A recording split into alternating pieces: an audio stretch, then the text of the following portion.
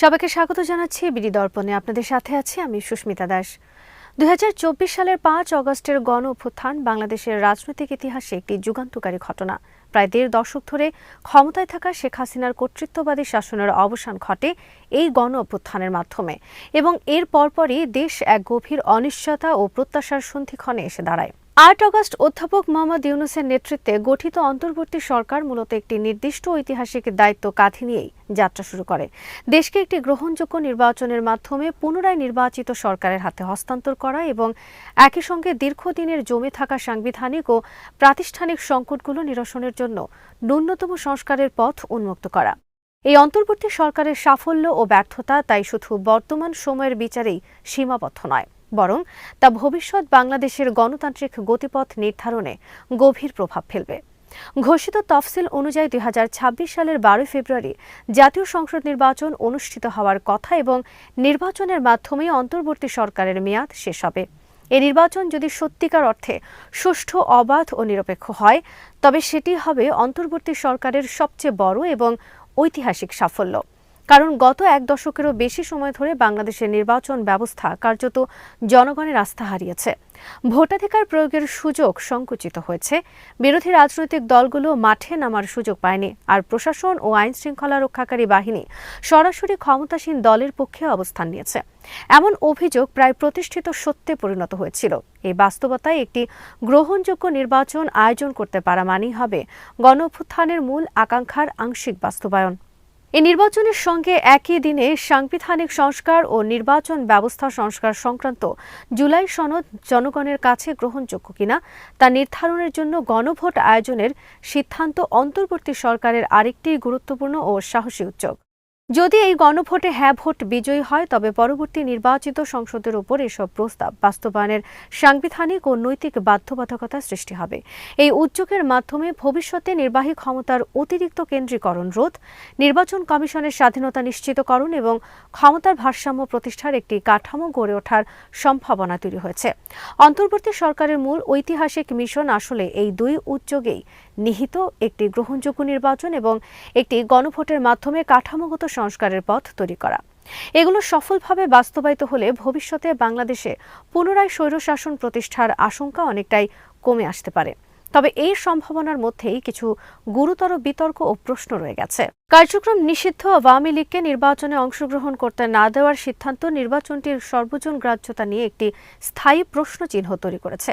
একদিকে গণ অভ্যুত্থানে নেতৃত্ব দেওয়া ছাত্র সমাজ ও একটি বড় অংশের রাজনৈতিক শক্তি মনে করে যে আওয়ামী লীগ রাষ্ট্রীয় ক্ষমতার অপব্যবহার, মানবাধিকার লঙ্ঘন এবং গণহত্যার দায়ে রাজনৈতিকভাবে অযোগ্য হয়ে পড়েছে।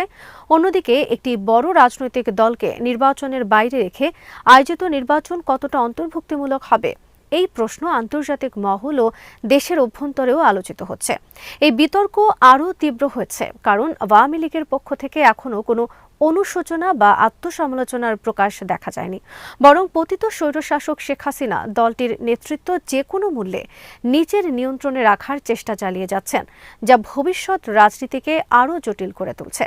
এই রাজনৈতিক জটিলতার মধ্যেও অন্তর্বর্তী সরকারের সবচেয়ে বড় প্রাতিষ্ঠানিক সাফল্য নিঃসন্দেহে বিচার বিভাগকে নির্বাহী বিভাগের নিয়ন্ত্রণ থেকে কার্যকরভাবে স্বাধীন করার লক্ষ্যে অধ্যাদেশ প্রণয়ন। বিচারকদের নিয়োগ, পদোন্নতি, বদলি ও স্থানান্তরের ক্ষমতা দীর্ঘদিন ধরে কার্যত নির্বাহী বিভাগের হাতে ছিল, যা সংবিধানের স্পষ্ট বিধানের সঙ্গে সাংঘর্ষিক। স্বাধীন বাংলাদেশের ৫৪ বছরের ইতিহাসে কোনো সরকারই এই সাংবিধানিক বাধ্যবাধকতা পুরোপুরি বাস্তবায়নের সাহস দেখায়নি। অন্তর্বর্তী সরকার এই ঐতিহাসিক দায়িত্ব পালন করে একটি মৌলিক কাঠামোগত সংস্কারের দৃষ্টান্ত স্থাপন করেছে। বিচার বিভাগের স্বাধীনতা নিশ্চিত না হলে আইনের শাসন কেবল একটি স্লোগানেরই সীমাবদ্ধ থাকে। এই উপলব্ধি থেকেই এই উদ্যোগের গুরুত্ব অপরিসীম। এই সিদ্ধান্তের মাধ্যমে বিচার বিভাগ ভবিষ্যতে রাজনৈতিক চাপমুক্ত থেকে কাজ করার একটি ন্যূনতম সুযোগ পেল, যা গণতন্ত্রের ভিত্তি মজবুত করার ক্ষেত্রে দীর্ঘমেয়াদী প্রভাব ফেলতে পারে। এই ধারাবাহিকতায় অন্তর্বর্তী সরকারের আরেকটি সম্ভাব্য বড় সাফল্য হতে পারত একটি কার্যকর ও স্বাধীন পুলিশ কমিশন গঠনের উদ্যোগ। দীর্ঘদিন ধরে বাংলাদেশে পুলিশ বাহিনী রাজনৈতিক নিয়ন্ত্রণ ও নির্বাহী হস্তক্ষেপের শিকার হয়ে একটি নিরপেক্ষ আইন প্রয়োগকারী সংস্থা হিসেবে তার বিশ্বাসযোগ্যতা হারিয়েছে। কিন্তু ওয়াকিবহাল মহলের মতে প্রস্তাবিত পুলিশ কমিশনের কাঠামোয় আমলাতান্ত্রিক ও রাজনৈতিক নিয়ন্ত্রণ বজায় রাখার নানা ব্যবস্থা সংযোজন করা হয়েছে, যা একে কার্যত ক্ষমতাহীন করে ফেলার ঝুঁকি তৈরি করেছে। যদি এই অভিযোগ সত্য হয়, তবে এটি হবে একটি ঐতিহাসিক সুযোগ হাতছাড়া করার শামিল। পুলিশ সংস্কার ছাড়া আইন শৃঙ্খলা পরিস্থিতির টেকসই উন্নয়ন সম্ভব নয়। আর এই অধ্যাদেশ পুনর্বিবেচনা করা অন্তর্বর্তী সরকারের জন্য এখন এক ধরনের নৈতিক বাধ্যবাধকতায় পরিণত হয়েছে। পুলিশ বাহিনীর বর্তমান সংকটের পেছনে শেখ হাসিনার শাসনামলের ভয়াবহ উত্তরাধিকার একটি বড় কারণ। তার আমলে পুলিশ বাহিনী কার্যত ক্ষমতা টিকিয়ে রাখার একটি আজ্ঞাবহ লাঠিয়াল বাহিনীতে পরিণত হয়েছিল। ক্ষমতা রক্ষার প্রয়াসে পুলিশ সহ আইন শৃঙ্খলা রক্ষাকারী বাহিনী নির্বিচার গুলি চালিয়ে প্রায় ১,৫০০ মানুষকে হত্যা করে এবং আহত করে প্রায় ২০,০০০ মানুষকে, যাদের বড় একটি অংশ আজীবনের জন্য পঙ্গু বা অন্ধ হয়ে গেছে। এই নির্মম বাস্তবতা পুলিশের প্রতি জনগণের আস্থাকে চরমভাবে ক্ষতিগ্রস্ত করেছে। উপরন্তু ঘুষ ও দুর্নীতির অভিযোগ পুলিশ বাহিনীর সর্বস্তরে এমনভাবে প্রথিত হয়েছে যে জনমনে প্রায় সবাইকে ঘুষখোর ও দুর্নীতিবাজ হিসেবে দেখার ধারণা গড়ে উঠেছে। এই পরিস্থিতি থেকে উত্তরণের জন্য একটি সুস্পষ্ট রোডম্যাপ প্রণয়ন ও বাস্তবায়ন করা ছিল অন্তর্বর্তী সরকারের বড় দায়িত্ব, কিন্তু সেক্ষেত্রে সরকারের ব্যর্থতা স্পষ্ট। অন্যদিকে অর্থনৈতিক খাতে, বিশেষ করে ব্যাংকিং ব্যবস্থা পুনরুদ্ধারে অন্তর্বর্তী সরকার একটি গুরুত্বপূর্ণ সাফল্য দেখাতে পেরেছে। শেখ হাসিনার ১৫.৫ বছরের শাসনামলের সবচেয়ে ভয়াবহ লুণ্ঠনের শিকার হয়েছিল ব্যাংকিং খাত। ৬১টি ব্যাংকের মধ্যে অন্তত ১১টি ব্যাংক কার্যত দেউলিয়া হওয়ার দ্বারপ্রান্তে পৌঁছে যায়। রাজনৈতিক বিবেচনায় বাস্তব প্রয়োজন ছাড়াই অসংখ্য ব্যাংকের লাইসেন্স দেওয়া হয়েছিল, যাতে আত্মীয় স্বজন, দলীয় নেতা ও পৃষ্ঠপোষক ধনকুবেররা নির্বিঘ্নে লুটপাট চালাতে পারে।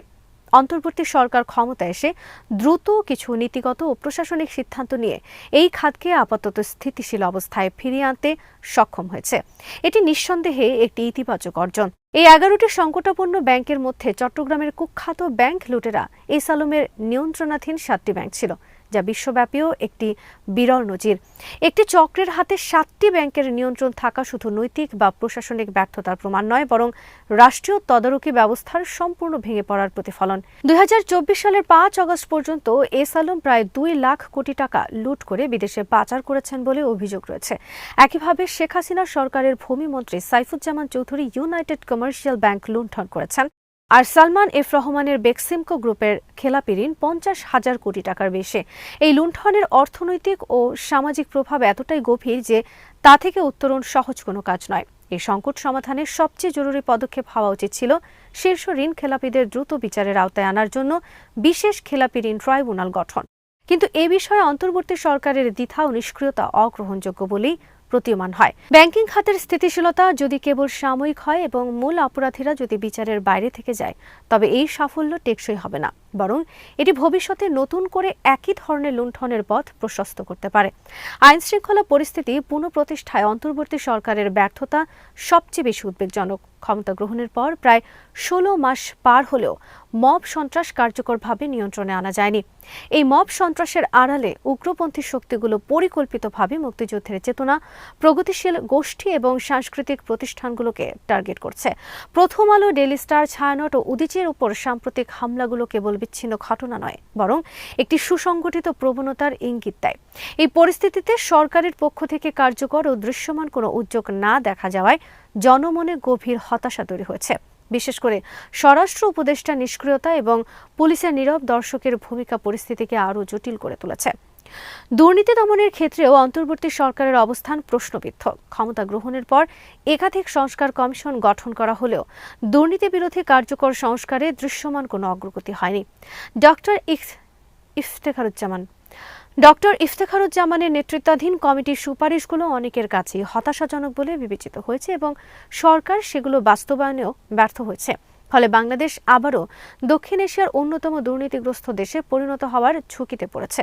জনমনে একটি স্পষ্ট ধারণা তৈরি হয়েছে যে সরকার সাংবিধানিক সংস্কারে যতটা আন্তরিক, দুর্নীতি দমনে ততটাই অনীহাপ্রবণ। এই দ্বৈত মানসিকতা গণতান্ত্রিক সংস্কারের বিশ্বাসযোগ্যতাকেই প্রশ্নবিদ্ধ করে। সবচেয়ে উদ্বেগজনক ব্যর্থতা হল রাষ্ট্রযন্ত্রের বিভিন্ন স্তরে উগ্রবাদী গোষ্ঠীর ক্রমবর্ধমান অনুপ্রবেশ। প্রশাসন, শিক্ষাঙ্গন এবং সামাজিক পরিসরে এই অনুপ্রবেশ যদি অব্যাহত থাকে, তবে বাংলাদেশ ধীরে ধীরে একটি ব্যর্থ রাষ্ট্রের দিকে এগিয়ে যাওয়ার ঝুঁকিতে পড়বে। আসন্ন নির্বাচনে বিজয়ী দলকে এই গোষ্ঠীগুলো সহিংসতার মাধ্যমে বিপদে ফেলতে পারে এবং নতুন সরকারকে অকার্যকর করার চেষ্টা চালাতে পারে। বর্তমান সময়ের হামলা ও সন্ত্রাসের ঘটনাগুলো ভবিষ্যতের জন্য একটি অশনি সংকেত হিসেবেই দেখা উচিত। সব মিলিয়ে অন্তর্বর্তী সরকারের অর্জন ও সীমাবদ্ধতা বাংলাদেশের গণতান্ত্রিক ভবিষ্যৎ সম্পর্কে একটি জটিল ও দ্ব্যর্থপূর্ণ চিত্র তুলে ধরে। বিচার বিভাগের স্বাধীনতা, নির্বাচন ও গণভোটের প্রস্তুতি এবং ব্যাংকিং খাতের আংশিক স্থিতিশীলতা নিঃসন্দেহে গুরুত্বপূর্ণ অর্জন, কিন্তু আইন শৃঙ্খলা, পুলিশ সংস্কার, দুর্নীতি দমন এবং উগ্রবাদ প্রতিরোধে ব্যর্থতা এই অর্জনগুলোকে মারাত্মকভাবে ঝুঁকির মুখে ফেলেছে। গণঅভ্যুত্থানের আকাঙ্ক্ষা তখনই টেকসই রাজনৈতিক বাস্তবতায় রূপ নিতে পারে যখন দায়িত্বশীল সিদ্ধান্ত, প্রাতিষ্ঠানিক দৃঢ়তা এবং আইনের শাসন সমান গুরুত্ব পাবে। অন্যথায় এই অস্থির ও বিপজ্জনক বাস্তবতায় জাতির জন্য একটাই বার্তা সত্য হয়ে উঠবে। আজ এখানেই শেষ করছি। সবাই ভালো থাকুন, সুস্থ থাকুন আর দেখতে থাকুন বিডি দর্পণ। চ্যানেলটি ভালো লাগলে সাবস্ক্রাইব করুন।